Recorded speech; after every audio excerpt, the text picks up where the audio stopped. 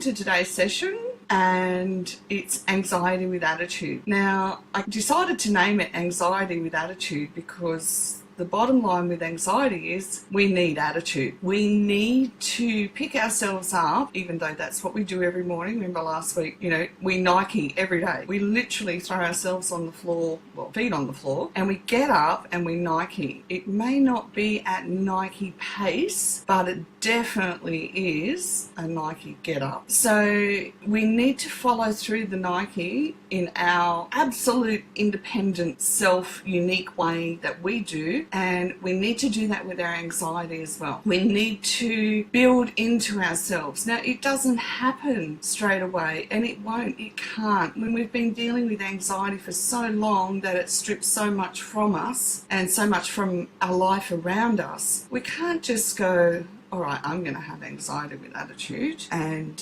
let me tell you about it. This is how it is. Every single day. Give yourself a break. There's lots of things that happen in life, but if the one thing you take away from today is that you remember you've got to have an attitude of stuff this, I'm going to do whatever it is I can to fight for my life and fight to regain a life of freedom, then each day you're going to start asking questions. Well, how can I do that? What can I next learn? What can I pick up? How can I change something? What is the next thing to change? Now, did you notice I didn't say why? Quite frankly, you can spend many years in a therapist's office asking why. And really, why? Why doesn't get results? Why gives information, but it won't get results? We need to learn, first of all, that we get to change our behaviour and we get to be in charge of our emotions. I think as a whole, and only generally speaking, as a society, we've come a long way in recognising that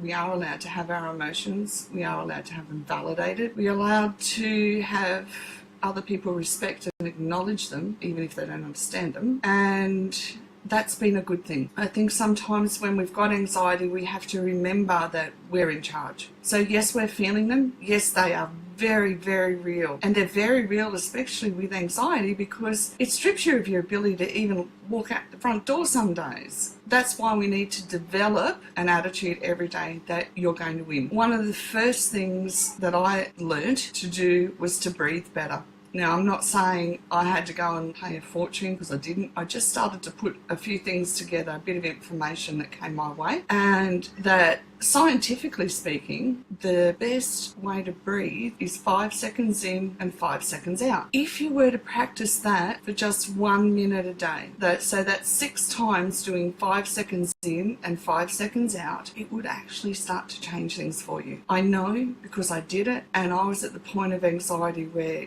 I forced myself out of the house, and when I did so, I would have small epileptic seizures. I don't say that for you to compare your situation to mine. Don't ever compare your situation to anybody's, because we're all different, and we've got to remember in that difference comes such a rare and special uniqueness that other people need as well. For me, the small epileptic seizures with the anxiety were just indicative of the amount of stress I've had in my life, and that came on at 15, because at 15 the amount of stress I had in my life was just too much for my brain to bear. That's a really simple way of saying life was tough, and I think as Australians we tend to minimise everything, and that's okay too, because we really need this to be about you being able to get up and out the front door, and even when you're out the front door, not to be crashing into a state of anxiety and to be living a full life and free. So with your breathing, the first suggestion for today is sit down. Look, I used to do it in bed to help me fall asleep as well. It does take self-discipline.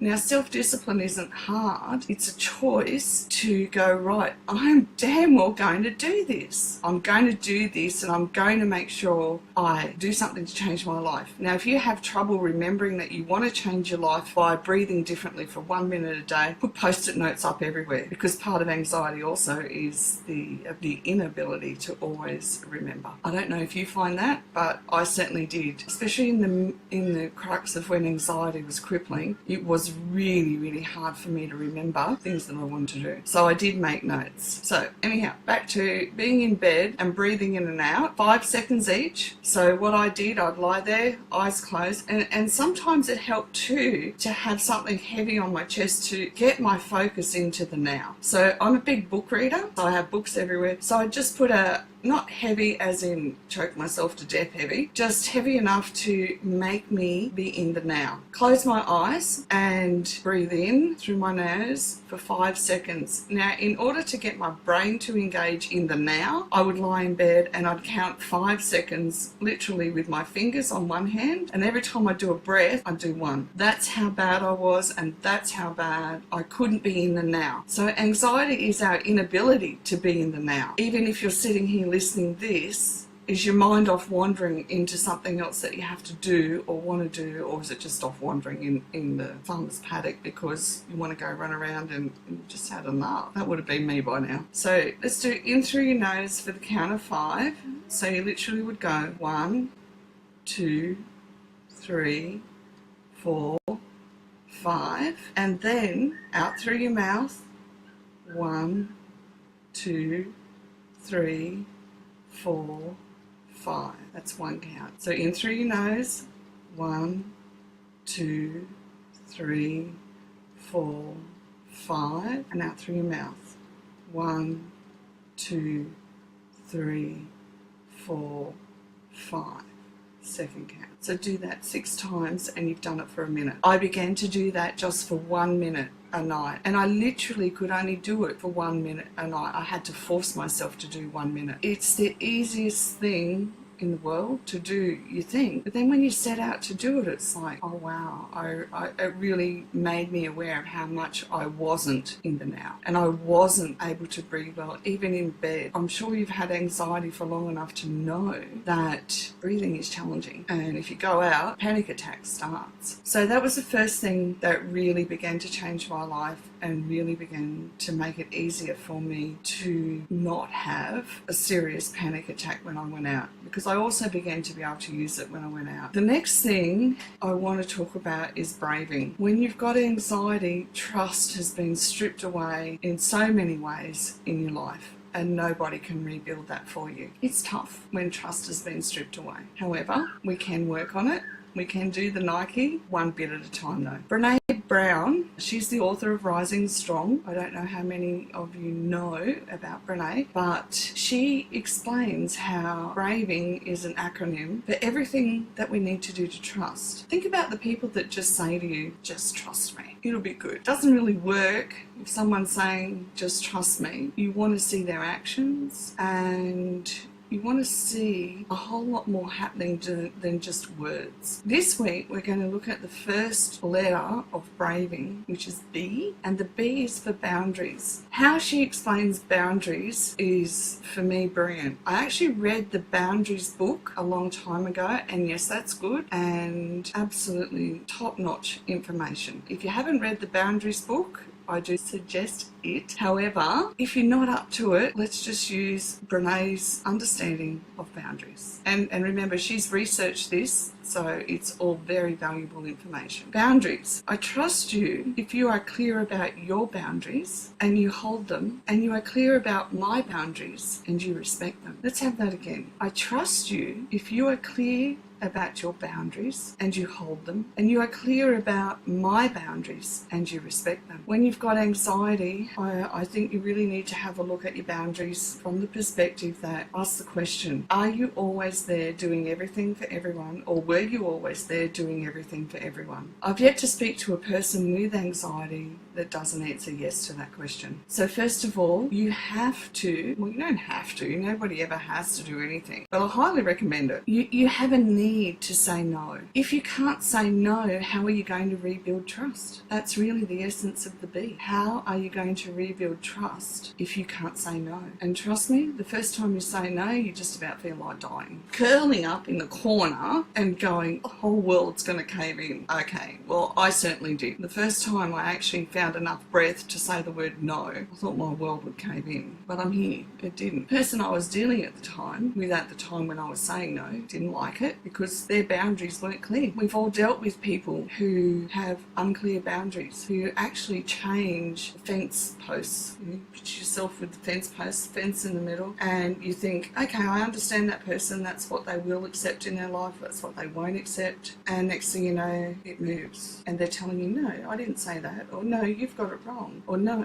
You just see how they're really good at saying no, even if they don't verbalise it to you, you pick up on all their body language. They are really good at saying no. Perhaps it's time you learnt to say no to. Now I'm going to leave that with you because I think it's important to think about these things, and I think it's important that you understand your type of nature as well. Some people grab hold of an idea and they go, yes, that's for me, and I'm going to say no straight away and put my nose in place. And if you've got size 11 feet like me, they're pretty big, and you put your foot down and say no, then you get really stubborn and nose no. So it works. People don't like it. Trouble is we're heart's really soft. We like to be around other people with soft hearts too. But until we learn to say no, we'll keep attracting the people who are quite able and capable of saying no all the time. You've got your breathing goal, you've got your no goal, and your affirmation this week that I want you to focus on every time your anxiety kicks in is I am fully present. So you can even do this with your breathing. With your breathing, you can say I am fully present with the breath in, and with the breath out, you can say I am fully present. And look, you can even do this in the supermarket line when all of a sudden a crowd of people turn up that you weren't expecting because you already picked the quiet time to go, and then there's half a dozen people crowding around you trying to get through, and you can sense all their impatience and energy that they're going go, go, go, and all you want to do is I need to just breathe. So what our brain will do in the anxiety is I want to escape. Okay, I've got to have the food, I've got to breathe here, and I've got to breathe down into my tummy. I am fully present. I am fully present. Get your notebooks out, pen and paper. Remember, anxiety is a failure to be here, to be fully present in the now. We're going to do the 5-second in and 5-second out breathing. We can do that in bed with a weight on us to help us be fully present if needed. Another good idea for a weight is, you know, those wheat bags that you can buy, you can microwave them for heat. They are good weights. So you could put that there, and they're nice and soft too, so it can feel very cuddly, snug. So you want to do your breathing and become fully present. And when you're in bed at night, let's face it, you know, we're tired all day and awake all night. This has helped me, the breathing especially, has helped me learn to sleep. I've given this information to a number of people, but people don't seem willing to want to make the themselves. I can help you, but I can't be there for you and make your thoughts direct back into the now. Only you can do that. It is work. All of this is work. But the bottom line is this time next year, do you want to be sitting here in the same position you're in, or do you want to be more free of this and able to live more of your life? And that's a question only you can answer for yourself. The video will always be here, so come back and do that. I just want you to remember there's the breathing, there's the boundaries, and your affirmation, I am fully present. The Boundaries book is by Dr. Henry Cloud and Dr. John Townsend. It's worldwide, so you can pretty much pick it up anywhere. And Brene Brown's book is called Rising Strong. All right, it was lovely to be with you all, and we'll do Anxiety with Attitude Part 2 next week. Bye for now.